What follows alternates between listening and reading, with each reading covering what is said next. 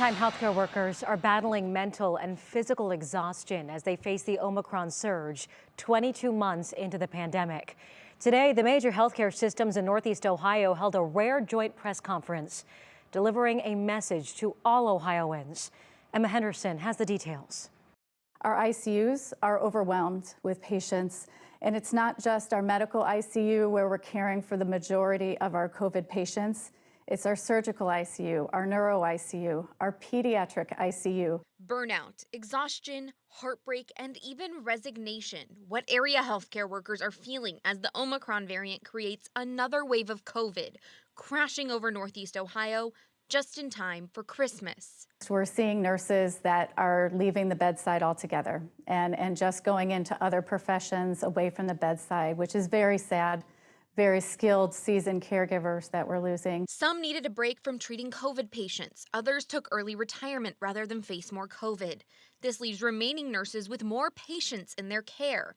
And this surge feels like a different kind of storm to those inside our local ICUs.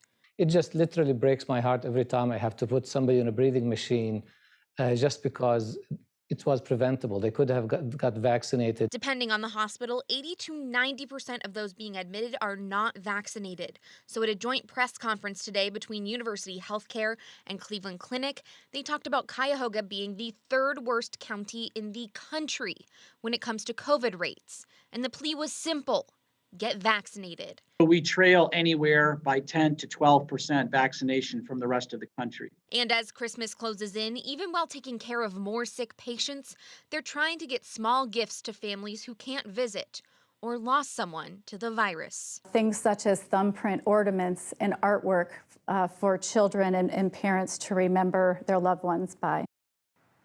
Another trend hospitals are seeing is nurses quitting to become travel nurses. They join an agency and travel the state or even the country, going where they're needed most. Our local hospitals do have agency nurses providing care right now. Laura? You know, Emma, watching your report, it is hard to think about what's happening inside of literally our local hospitals right now ahead of the holidays. Right here.